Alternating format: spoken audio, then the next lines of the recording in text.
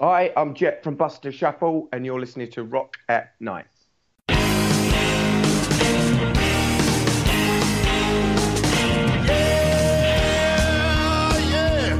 Are you ready? Hey, tonight I'm gonna take you on a little trip. We're going down south by the mighty Mississippi. I'm gonna take you to a place where lights never dim. Bring your mother, your brother, and your best friend. I'm gonna show you where they dance out in the street. They'll tell you all about your body heat. I'm not gonna talk about it, just gonna do it. Get on down if you feel up good. Get on down. Hello? Hi, can you see me? Yeah, I can see you. Can you see me? Yeah, I can see you. It's kind of blinking a little bit, but I can definitely see you. Cool. Internet here might not be as strong as your guys' one, but it's... So, yes. How are you? Where are you calling from? I am calling from Tampa, Florida. Oh, nice. Okay. Well, look, it's cold today. I'm having to wear long sleeves and a scarf and everything. It's probably like, I don't know, would it be like 20 degrees? I'm not sure. 20 degrees, something like that for you. It's about 60 degrees Fahrenheit, so I don't know what that would be for you, like 20 maybe or something like that. Yeah. Well, it's cold here, as you can tell. I've got my hat on because we've had a lot of snow, so I'm trying to... It's snowing, really?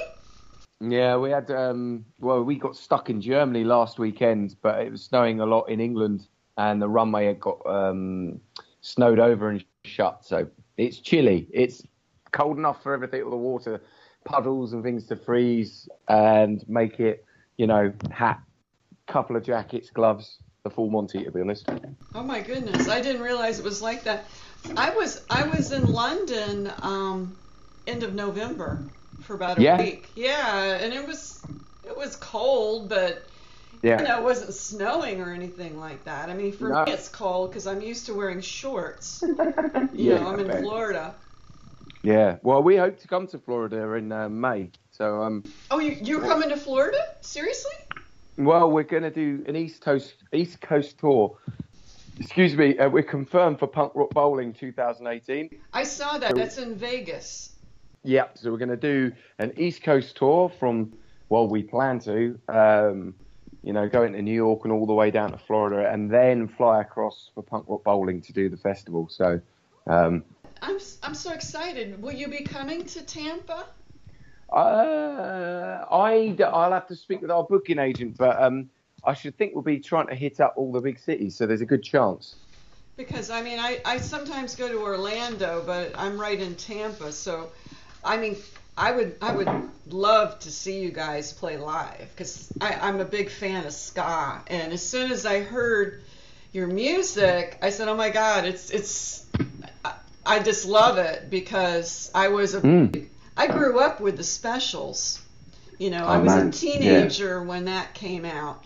And for us, I mean, we really like this genre. Yeah. And we don't have enough of it. And I'm so happy to hear that you're coming over here. Yeah. No, we're super excited. We did a West Coast tour in September of this year. And in May, the plan is to come back out. So... and the ska thing is Specials, one of our favourite bands, biggest influence. So super stuff. And we actually recorded on our second album. Roddy, the guitarist from the Specials, played on a couple of songs, which was nice. And then in April 2018, we're touring with Neville Staple, who was obviously one of the main guys in the Specials. So we'll be in the UK though. I think he's coming to America, but. Not enough ska, but I think he might be making a bit of a comeback with bands like Interrupters on the up, and then us getting on Punk Rock Bowling like a ska band on a good, established festival was a statement of intent, isn't it? Really. Interrupters, I've seen them too. Do you like them? Really good, yeah. And I think the Toasters are over in the UK now playing, if I'm not mistaken. Yeah, we've played with the Toasters a couple of times in Europe actually. Now you guys are going to Germany soon too, right? Back to Germany. There's some kind of festival over there. Yeah, with a band called Bad Manners. Have you heard of them? I'm not familiar with them. We don't get, Okay. unfortunately, all the UK bands, and No. that I know. I didn't realize how much it cost for a visa to Yeah, get it's- over here. That's why I'm impressed that you're actually coming over here. Yeah, It's we're a big keen. deal. Yeah, no, I mean it is. It's a long process. We had to go to because we were on tour in Europe so much. We had to go to Amsterdam to the American embassy there to get the visas, but it cost a good few £1,000, which is like God, that's probably about $5,000 to be honest, all in. But it's and that's only for the year. So, well, we want to come and we want to do it the right way. So. The way to do it, if that's what you got to do, that's what you got to do. Just get on with it. I think it's our attitude.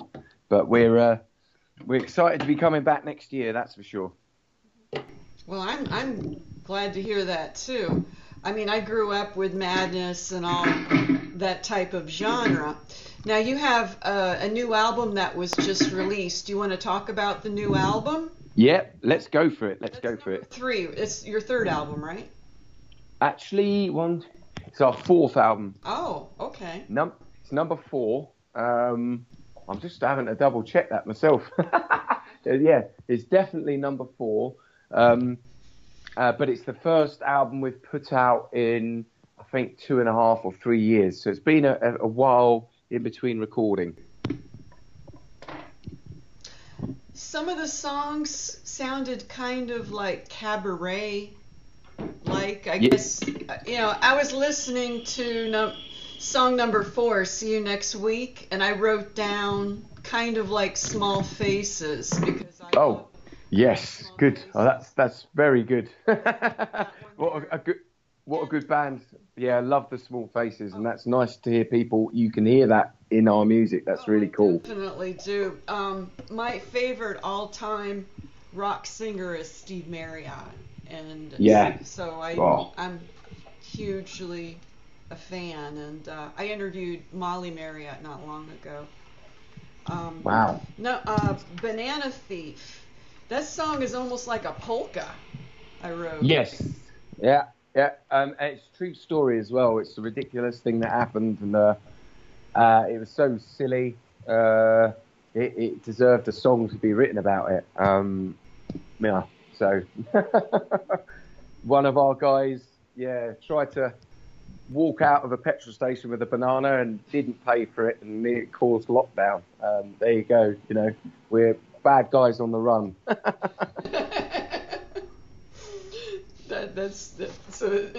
You write about real life. That's interesting. Yeah. The last one, outro, I put down was really dark and creepy kind of sounding Yeah. with the Well, that- organ. with the organ, and then there's quite a big instrumental section of the song. But that probably that one song on the album is the most heavily influenced by a band like the Specials.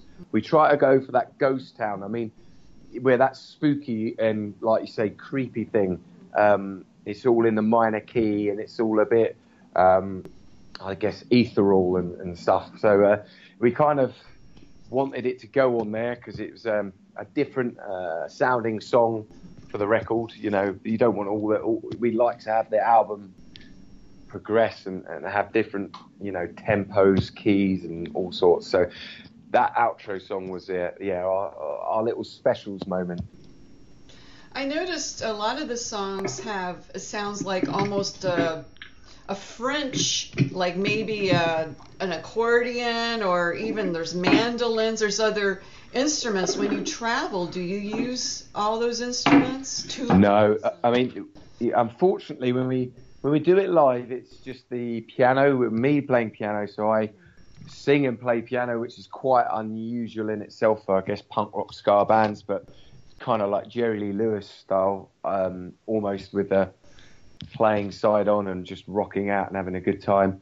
And then it's just me on piano, guitar, bass and drums. So we strip it back. But when you're in the studio and you've got lots of cool instruments there to record with and muck around with, we can't help ourselves. So we end up with organs and, like you say, mandolins and, you know, a variety of different instruments kind of get on the record. So and there's a tuba as well on one of the songs. So then we haven't even got any brass in our band. So yeah, I wrote down I'll be in Peckham. It's almost like a carnival-like feel, and and I just hear, like, you know how you hear like the French, what do you call it? I guess accordion or whatever. I hear kind of like stuff like that. And the like a Parisian sound. Even the tables have been turned. I wrote down. You've got almost like a Parisian, even like a gypsy, maybe even kind of feel. How did this all come about? I mean, did you grow up listening to this type of music, cabaret type music, or? No, I think not so much cabaret, but the gypsy influence. There is little moments of gypsy influence, like you say, Parisian, that French New Orleans thing, maybe. So I guess, you know, when you live in Europe, you're getting exposed to a lot of polka and like the accordion and kind of offbeat rhythms and dancing. So it's just something we pulled on. We've been out in Czech Republic and parts of Eastern Europe where you maybe hear more of that. And it's got that kind of, I don't know, gypsy influence in moments. Obviously, it's not throughout the whole album. It's not like we're doing folk polka ska or something. It is, but when again, that I'll be in Peckham, it's in the minor key. It's kind of, we're creating an atmosphere, and those instruments really lend themselves well to creating a mood that we wanted on parts of the album. Yeah, it's more like a tinge, like a hint here and there, and the tuba is in Your Mummy Is So Hot For Me. Yeah, which is our kind of, that's our Ian Dury moment. I don't know if you ever heard of Ian Dury and the Blockheads, but that's our moment where we kind of have a bit of a laugh, so to speak. I love it. Now, when you come to the States, who will be traveling with you? What other members? There'll be the full four members of Buster Shuffle and a couple of crew. So it's not a big entourage. So yeah, it's just the band and a couple of guys who drive and do, you know, roadie and merchandise skills. So be a small party of Englishmen. Okay. There was I looked on YouTube and there was a really cute song you guys did a few years ago. I think it was called Naked. Yeah. That was adorable. That's yeah, I guess that's a song about life, you know. Getting married, dating, going out, having fun, getting married. I don't know. A lot of our stuff, I think you've already touched on it as you've commented on it. It's like, you know, about everyday living and observation. So I mean, we'll write songs about marriage, about divorce, about getting the tube in London, about stealing a banana. It's kind of, yeah, everyday stuff is nice to comment on. We're not like a political band really or anything. We're not too deep. It's kind of say what you see. It's more like a slice of life then. Yeah. Do you write the music on the piano and then the guys get together and you all kind of hash it out? How do you guys write the music? Yeah, that's pretty much kind of the you know, the roll of it. I start on the piano, sometimes on the guitar. I'm not a very good guitarist, but I'll get a solid idea and then we'll kind of build it and arrange it all together. But a lot of them are piano-led ideas, but some of them on that album, there's one called The Estate, which is really quite heavy and punky. Probably the most punky moment on the album. I wrote that on a guitar, which just kind of happened that way. But they're the two tools that we use. Yeah. You know, it's funny about ska. It seems like punk and ska kind of go together. It's like the same crowd. What do you think about that? Yeah, I agree. I think it's a good thing because, you know, there is a lot of crossover. And ska and punk are still sort of subculture genres, I guess. It's not mainstream like pop and X Factor and those sort of stuff, which is good. But they need to support each other. Mm-hmm. With the crowd, there's no point in a punk rocker saying, "Oh, I don't like ska," or a ska guy saying, "Oh, I don't like punk and I don't like, you know, rock and roll, whatever." It's all kind of, it all influenced each other. And you only have to look at a guy or a band like The Clash and Joe Strummer. Mm-hmm. I mean, arguably the best punk rock band ever, certainly mine favourite, heavily influenced by Jamaican music and reggae and ska, you know, and there's lots of elements of The Clash where they're kind of almost busting out ska songs, or verses and choruses here and there. So the punk and the ska thing do go hand in hand for me, and there are American bands as well, like Rancid, that have done both very, very well and very successfully. So, yeah, the two. It'll be interesting to see how we go down at Punk Rock Bowling. Hopefully, people will see the dancing potential in it and just get down and have fun with us. That's a good point, because we've covered punk rock bowling before in New Jersey, because they have several punk rock bowling gigs around the country. Right. And they do have different genres. I think it's because in the late 70s, early 80s, you had like rockabilly people, punk people, ska. Yeah. They would all go to like CBGBs or like these various venues and play, you know, Whiskey A Go Go in California. Yeah. And they all kind of cross over, I guess. So I think you'll find a very warm reception when you go to Vegas. And I hope so. I mean, we're super excited about it. So, yeah, and hopefully people will be. I think nowadays, particularly with the internet and Spotify and things, music's so readily available that it's almost a bit alien if you didn't listen to anything else. If you were just like, I'm a pure Jamaican ska Studio One guy, there's so much out there. It's not like, you know, you're going to be exposed to other genres of music. So hopefully it'll all tie in together and the people will get behind it. And yeah. What's funny, you know, I'm older. When I was a teenager, when Police was big, they were reggae, but we called them punk here in the United States. When you think about it. Yeah, and in England they were trying to be a punk band, but because there was heavier punk bands, the Police are really like musical guys, they were like laughed at initially, saying, "You're not punk, you can't call yourselves punks." And they go, "Yeah, we're punks," but in America they were received as a punk band. Yeah, they were. But in England, it wasn't happening for them until they exploded in the US, and then suddenly England took them seriously and. Mm-hmm. You know, but I mean, you know, another great band, one of our favourites, the Police. You know, and that's got heavily, like, you know, Jamaican's reggae influence, like you say.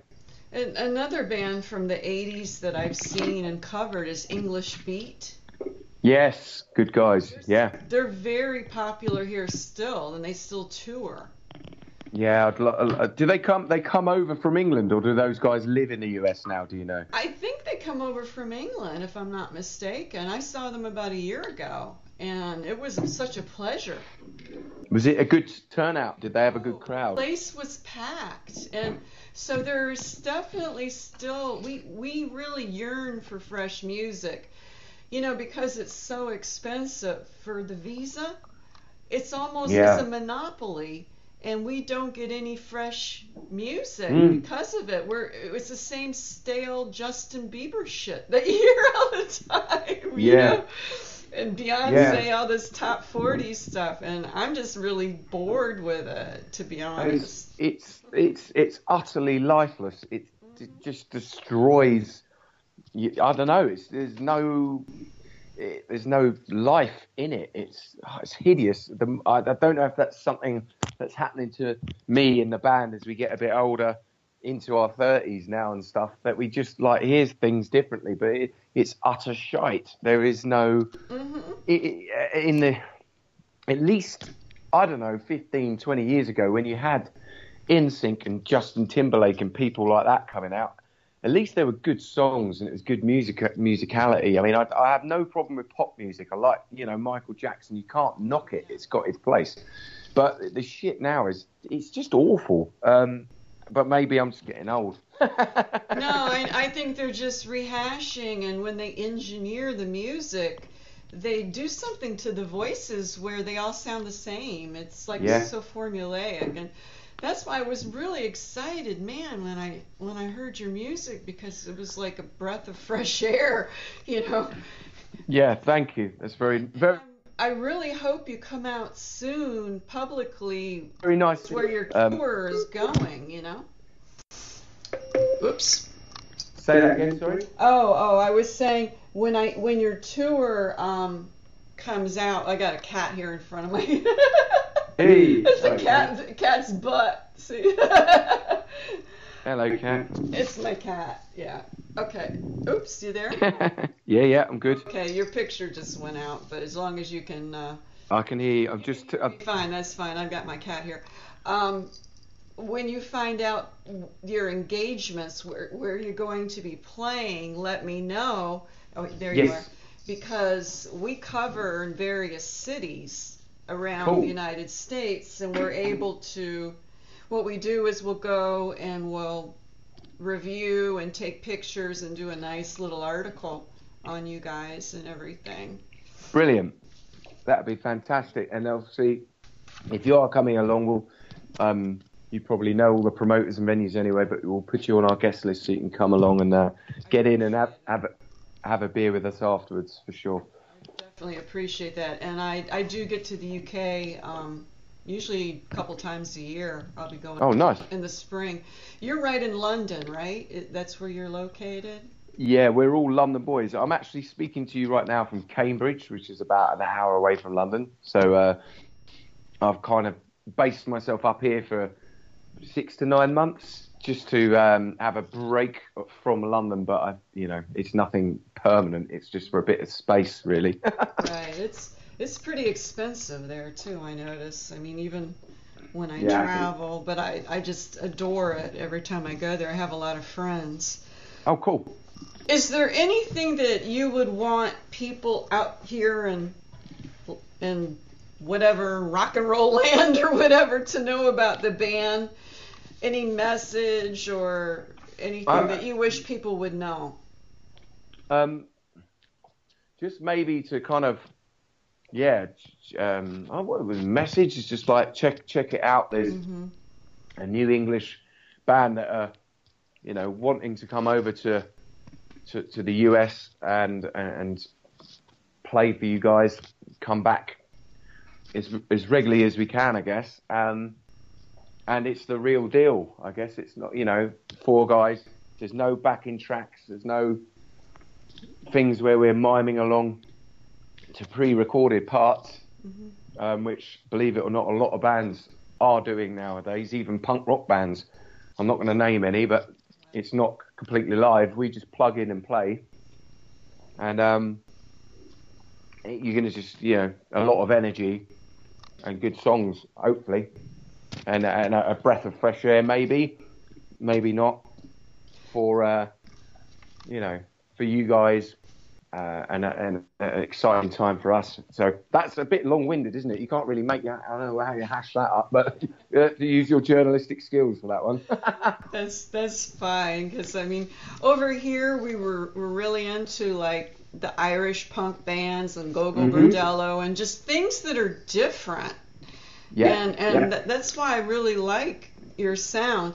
For us, I get tickled every time I hear the accent comes through. Yeah, I love it, and I think a lot of people do here because it's so unique and different for us. We love that little kind of Cockney spin. You know what I mean? So well, it's something we haven't You know, again, like I was saying in that long rambled bit that I just said, it's the real deal. We're not trying to sound or spin it in any other way, and a lot of bands soften their accents to make it more, I don't know, commercial worldwide.